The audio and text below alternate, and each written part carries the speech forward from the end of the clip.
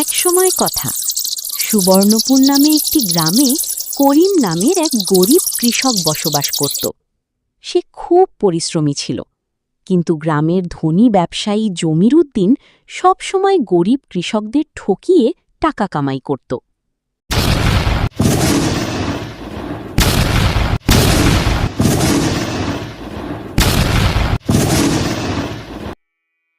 হায় আল্লাহ, সব সবজি শেষ হয়ে গেল। এখন সংসার কিভাবে চলবে? আমি তো আগেই বলছিলাম নদীর পাড়ে এত ফসল করো না। কি করুম বলো, আমাদের ওই জমিটাই তো একমাত্র ছিল।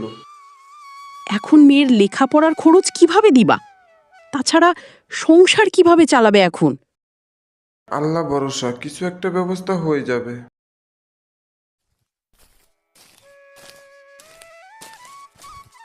করিমের একটি মেয়ে ছিল, তার নাম সুমাইয়া। সুমাইয়া খুব বুদ্ধিমান এবং সাহসী মেয়ে ছিল। সে গ্রামের মানুষের সমস্যার সমাধান করতে ভালোবাসত।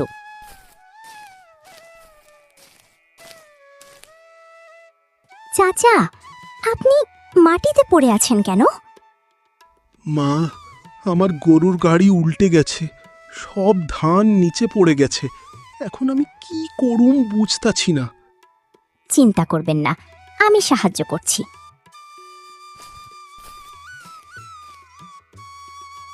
সুমাইয়া গ্রামের কিছু ছেলেকে ডেকে আনে এবং সবাই মিলে ধান তুলে দেয়। মা, তুই না থাকলে আজ আমি শেষ হয়ে যাইতাম। মানুষ মানুষের জন্য চাচা, আপনি দেখে শুনে যাবেন চাচা।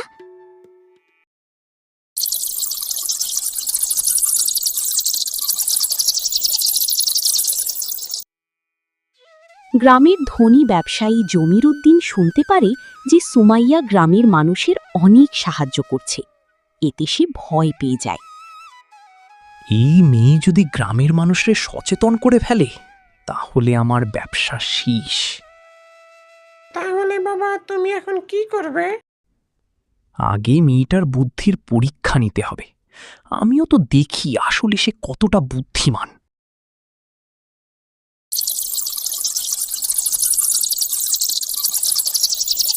জমির উদ্দিন বাজারে নষ্ট চাল ভালো চাল বলে বিক্রি করছিল। তখন সেখানে সুমাইয়া আসে। এই চাইল থেকে এত পচা গন্ধ আসছে কেন? তুই ছোট মানুষ, এসব বুঝবি না। ছোট ছোটর মতো থাক। আমি ছোট হইতে পারি, কিন্তু মানুষ ঠকানো অন্যায়।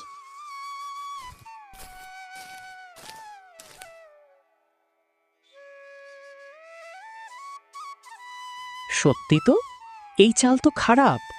এই চাল থেকে অনেক পচা গন্ধ আসছে।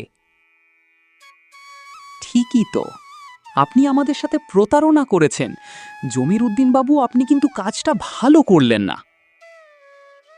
গ্রামের মানুষ রেগে যায়। জমির উদ্দিন অপমানিত হয়। অপমানিত হই সে খুব রেগে যায়। এই অপমানের বদলা আমি নিব। তোদের কাউকে আমি ছাড়ব না, দেখে নিস।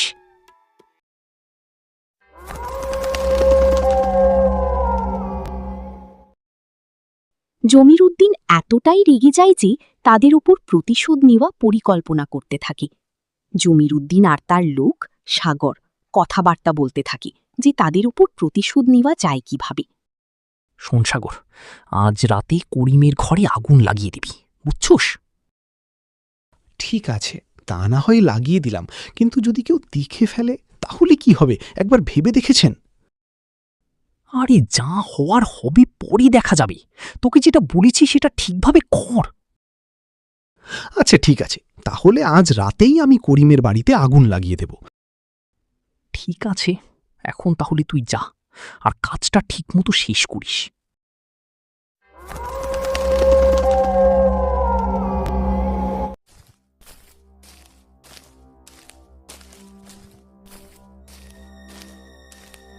রাত তখন 10:30।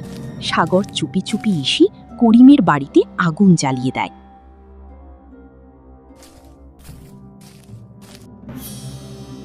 সুমাইয়া আগুন দেখতে পেয়ে চিৎকার শুরু করে। আগুন, আগুন, সবাই বাঁচাও!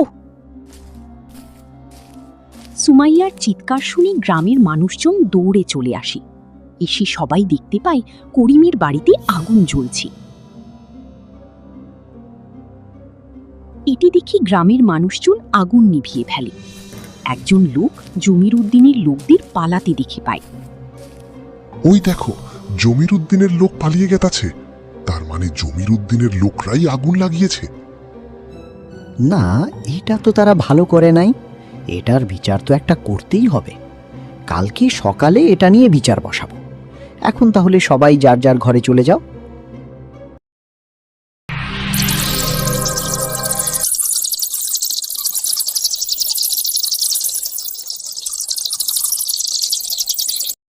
পরের দিন সকালে গ্রামের সবাই একত্রিত হয়ে বিচার সভা বসায়। যে মানুষ নিজের লাভের জন্য পুরো গ্রাম শেষ করতে চায় তাকে শাস্তি দিতে হবে। হ্যাঁ, আমরা তার শাস্তি চাই, শাস্তি চাই। তোমার কাছে কি প্রমাণ আছে? আমি নিজের চোখে দেখছি জমির উদ্দিনের লোকদের পালিয়ে যেতে। জমির উদ্দিন এবার খুব ভয় পেয়ে যাবে। আমারে মাফ করে দেন, আমার ভুল হয়ে গেছে। আমি আর কখনো এরকম কিছু করব না। তুমি আজ থেকে গ্রাম ছেড়ে চলে যাবে, আর কখনো যাতে তোমাকে এই গ্রামে না দেখি।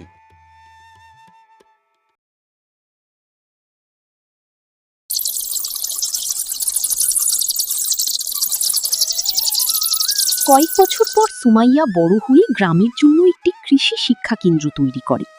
সে কৃষকদের শেখাতে থাকে কিভাবে সঠিকভাবে চাষ করতে হয়। যে মেয়েরে আমি ছোট ভাবতাম, আজ সে আমার গর্ব। আমাদের মেয়ে পুরো গ্রামের মুখ উজ্জ্বল করছে। আমি চাই এই গ্রামের কেউ আর প্রতারিত না হোক। এরপর সুবর্ণপুর গ্রামের মানুষ সুখী শান্তিতে বসবাস করতে থাকে, আর করিম তার মেয়েকে নিয়ে অনেক গর্ব করতে থাকে।